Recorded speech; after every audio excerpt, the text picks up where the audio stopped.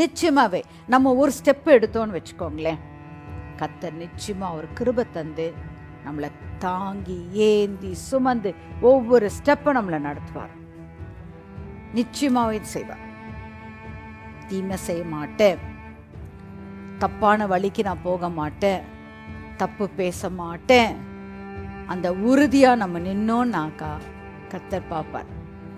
நிச்சயமா நான் என் பிள்ளை கூட இருந்து அவங்களோட எல்லா பலவீனத்திலேருந்தும் அவங்கள தாங்குவேன். சரி, எக்ஸாம்பிள் ஷாத்ராக் மேஷாக் அபேத்நேகோ. அவங்க என்ன சொன்னாங்க? ராஜாவே, நீங்கள் நிறுத்தின பொறிச்சவேன்னு நான் வணங்க மாட்டேன், என் தேவனாகிய கர்த்தரை இல்லாமல் வேறு எதுக்கும் நான் வணங்க மாட்டேன்னு அவங்க அதில் உறுதியாக நின்னாங்க. அந்த உறுதியாக நின்ன மாத்திரத்தில் ராஜாக்கு என்ன வந்தது? கோபம். தன்னுடைய வேர்டை மதிக்காமல் இருக்காங்க இந்த பசங்க. அதுவும் யாரு? அடிமை, ஸ்லேவ்ஸாக கொண்டு வந்திருக்கேன். ஆனால் இந்த ஸ்லேவ்ஸ் என்னை மதிக்கலைன்னு நினச்சி போடு, இன்னும் 7 மடங்கு அக்கினி தழல் 7 மடங்கு ஆக்கு அண்ட் சொல்லி அவங்கள கொண்டு வந்து போடும்போது மேலே தேவனால் இருக்க முடியல, இறங்கி வந்தாச்சு.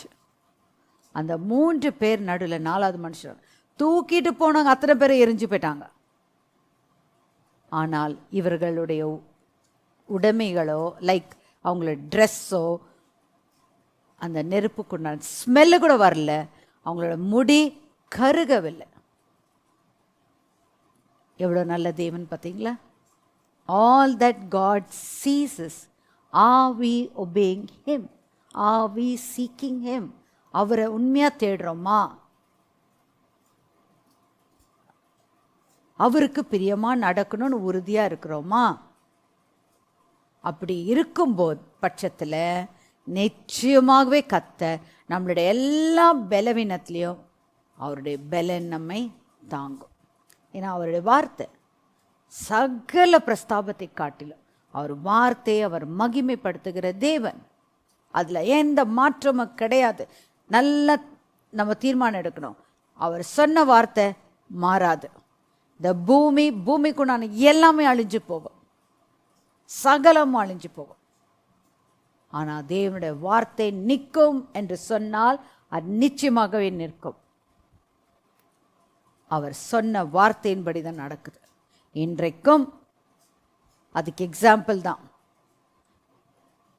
சூரியனை சுற்றி எர்த் சுற்றணும்னு வச்சிருக்கிறாரு.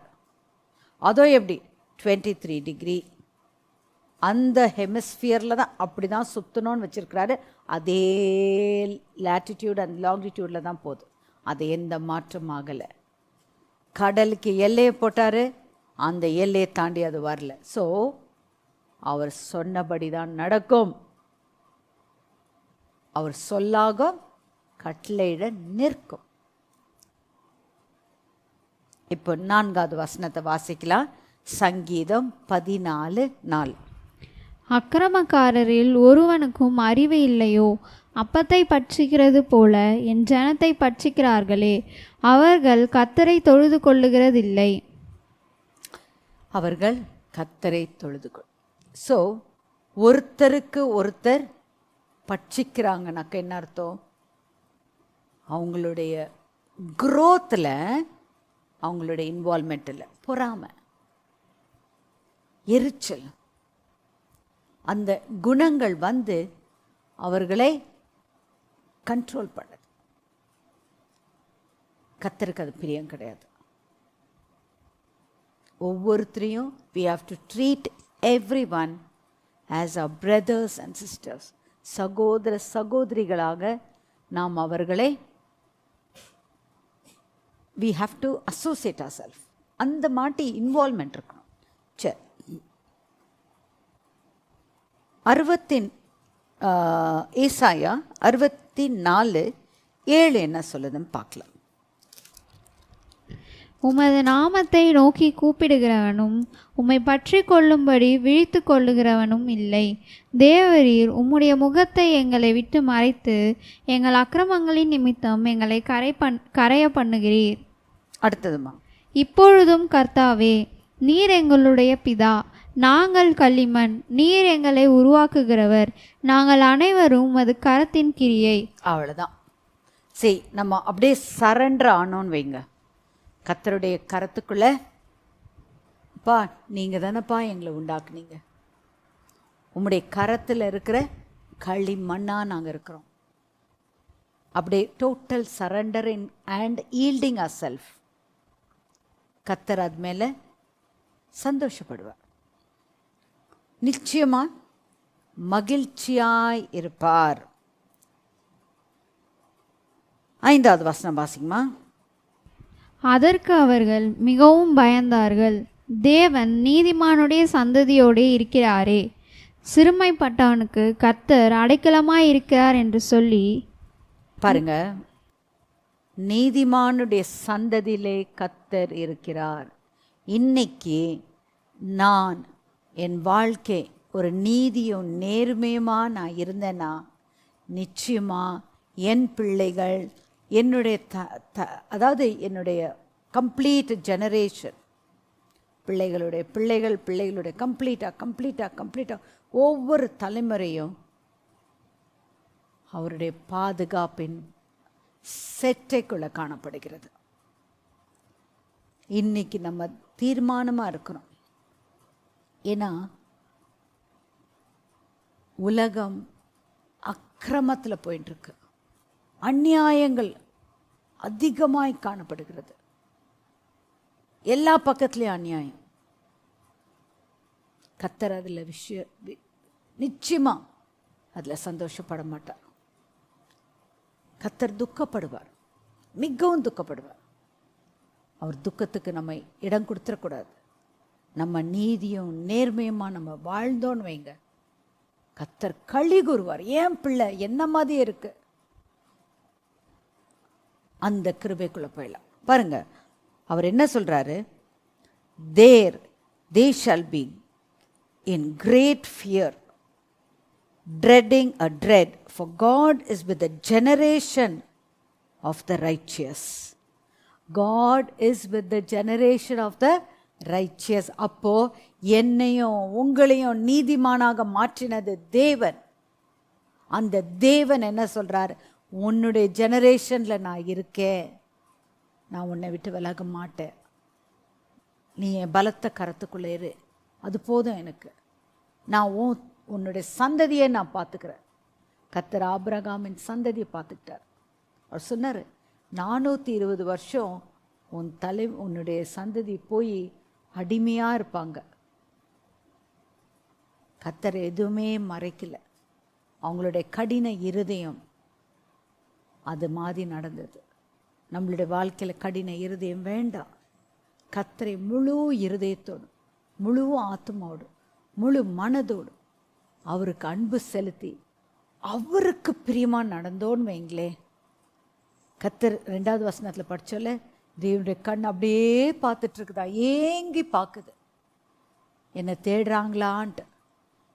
அந்த தேவனை நம்ம சந்தோஷப்படுத்தலாம். ஆண்டவரே, நாங்கள் உண்மை முழு இருதயத்தோடு, முழு ஆத்மாவோடு, முழு மனதோடு, அப்பா நான் உங்களுக்கு பிரியமாக நடக்கிறேன் ஏசப்பா, நான் உங்களுடைய சத்தியத்தில் நடக்கிறேன் ஏசப்பா, நீர் போதும் ஏசப்பா, எனக்கு இந்த பூமியில் எதுவுமே எனக்கு வேண்டாம், நீங்கள் இருந்தால் போதும். அதான் மார்த்தா மரியாள் சொன்னாங்க, ஆண்டவரே ஏசப்பா கிட்ட, நீங்கள் இங்கே இருந்திருந்தா என் தம்பி செத்துருக்க மாட்டான். ஸோ இயேசு இருக்கிற இடத்துல ஜீவன் உண்டு. இயேசு வந்த வீட்டில் எல்லாமே நிறைவு தான். அந்த வேர்டு நல்லா யோசிச்சு பாருங்களே. அவர் சொல்கிறாரு, உன் தம்பியை நான் எழுப்பேன். ஆமாம், கடைசி காலத்தில் நீங்கள் நிச்சயமாக எழுப்ப தான் போகிறீங்க, கிடையாது, ரைட் நவ்ன்றார். இன்னைக்கு நம்மளோட வாழ்க்கையில் என்னென்ன சத்த காரியங்கள் இருக்குது, அதெல்லாத்தையும் ஏசப்பாக்கிட்ட விட்டுருங்க. இனிமே நம்ம தேவனோடு இணைஞ்சிருக்கலாம். சரி, 6வது வசனத்தை பாருங்க. சிறுமைப்பட்டவனுக்கு கர்த்தர் அடைக்கலமாய் இருக்கிறார் என்று சொல்லி நீங்கள் அவனுடைய ஆலோசனையை அலட்சியம் பண்ணினீர்கள். பாருங்க, சிறுமைப்பட்டவர்னா யாரு?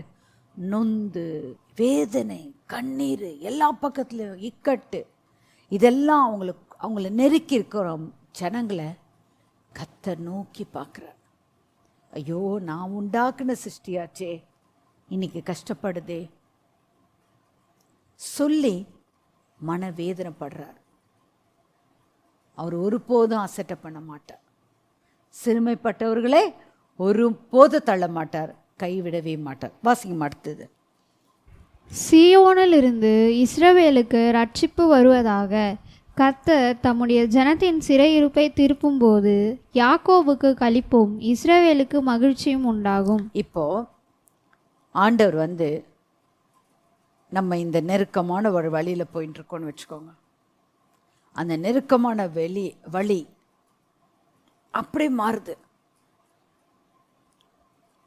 அப்படி எதிர்பார்க்கறதுக்கு, அதாவது நம்ம எதிர்பார்க்கவே முடியாது, இப்படி கூட கர்த்தர் என்னை ஆசீர்வதிப்பாரான்ட்டு. அவ்விதமாக கர்த்தர் செய்வார். உண்மையாவே அதை அனுபவிக்கும் போது எனக்கா இத்தனை கிருபை, என் மேல் வைத்த அளவற்ற கிருபை அப்படி சொல்லி துதிக்க முடியும். எனக்கா நானா இதுக்கெல்லாம் தகுதியே இல்லையே, நான் தகுதியே இல்லை. இதெல்லாம் தகுதி இல்லாத என்ன கர்த்தர் நினைத்தாரே. எத்தனையோ நாட்கள் நம்ம நினைச்ச காரியம் நமக்கு கை கொடும்போது நான் நினைச்சு கூட பார்க்கல இவ்வளோ அழகா நடக்கும்னு சொல்லி. அது கர்த்தர் எனக்காக செய்தார். தெய்வ ஜனமே, அதை அனுபவிங்க. அதை அனுபவிக்கும் போது தான் அதோடைய சந்தோஷத்தின் நிறைவுக்குள்ள. எக்ஸாம்பிள் வச்சுக்கோங்க, யோபின் வாழ்க்கை எல்லாம் இழந்துட்டார். ஃபைனலாக தன்னுடைய ஹெல்த்தும் இழந்துட்டார். சிரட்டை வச்சு உடம்புல தேய்க்கிறார். அந்த அளவுக்கு புட்களும், அதாவது சரீரம் முழுவதும் புண்ணு. அது எவ்வளோ கஷ்டப்பட்டிருப்பார். அதை கர்த்தர் அப்படியே மாற்றி அவர் இழந்தது எல்லாவற்றையும் ரெட்டிப்பாய் கர்த்தர் தருகிறார். அதுதான் தேவன் நமக்கு பாராட்டுகிற கிருபை, தயவு, இரக்கம். தகுதியில்லாத எனக்கு தேவன் எனக்கு செய்தாரே, அவருக்கு நன்றி. யாக்கோபு அவனுடைய காரியங்களில் அவன் எவ்வளோ கெட்டவனாக இருந்தான். ஆனால் கர்த்தர் அவனுக்கு கிருபை காண்பித்தார். அவனுடைய எல்லா வேலையிலையும் கர்த்தர் ஜெயத்தை கட்டளையிட்டார், ஆசீர்வதித்தார். தெய்வ ஜனமே, இன்றைக்கு என் வாழ்க்கை மாறணும். தேவன் எதிர்பார்க்குற மாதிரி என் வாழ்க்கையில் மாற்றம் காணப்படணும். கர்த்தர் என்னை ஆசீர்வதிக்கணும். அவருக்கு கீர்த்தியும் புகழ்ச்சியும் நான் கொண்டு வரணும். என் வாழ்க்கையில் பார்க்கும்போது நான் கர்த்தருடைய பிள்ளை என்பதை அவங்களுக்கு சொல்கிறதுக்கு, அவர்களை கர்த்தருடைய வழியில் கொண்டு வர்றதுக்கு கர்த்தர் என்னை ஆசீர்வதிக்கணும். இது உங்களுடைய வாஞ்சியாக இருக்கட்டும், தாகமாக இருக்கட்டும். இன்றைக்கு என்னுடைய வாஞ்சியும் தாகமும் கர்த்தரை மகிமைப்படுத்தணும், கர்த்தருக்கு பிரியமாக நடக்கணும், அவருக்கே கனமும் புகழ்ச்சியும். ஆமேன். ஜெபிக்கலாம். சர்வ வல்லமையுள்ள தேவனாகிய கர்த்தாவே, வானத்திலும் பூமியிலும் சகல அதிகாரங்களை விட இருக்கிறவரே, இந்த வேளையிலே அப்பா நாங்கள் உம்மை துதிக்கிறோம். உமக்கு ஸ்தோத்திரம். வாசித்த வசனங்கள் உண்மையாவே எத்தனை அன்புள்ள தேவன் ஐயா, உமக்கு நன்றி. உம்முடைய திருக்கரத்தில் எங்களை ஒப்புடுறோம். கேட்ட ஒவ்வொரு உள்ளங்களும் ஆசீர்வதிக்கப்படணும். இயேசு கிறிஸ்துவின் நாமத்தினாலே வேண்டிக் கொள்கிறேன் நல்ல தகப்பனே. ஆமேன்.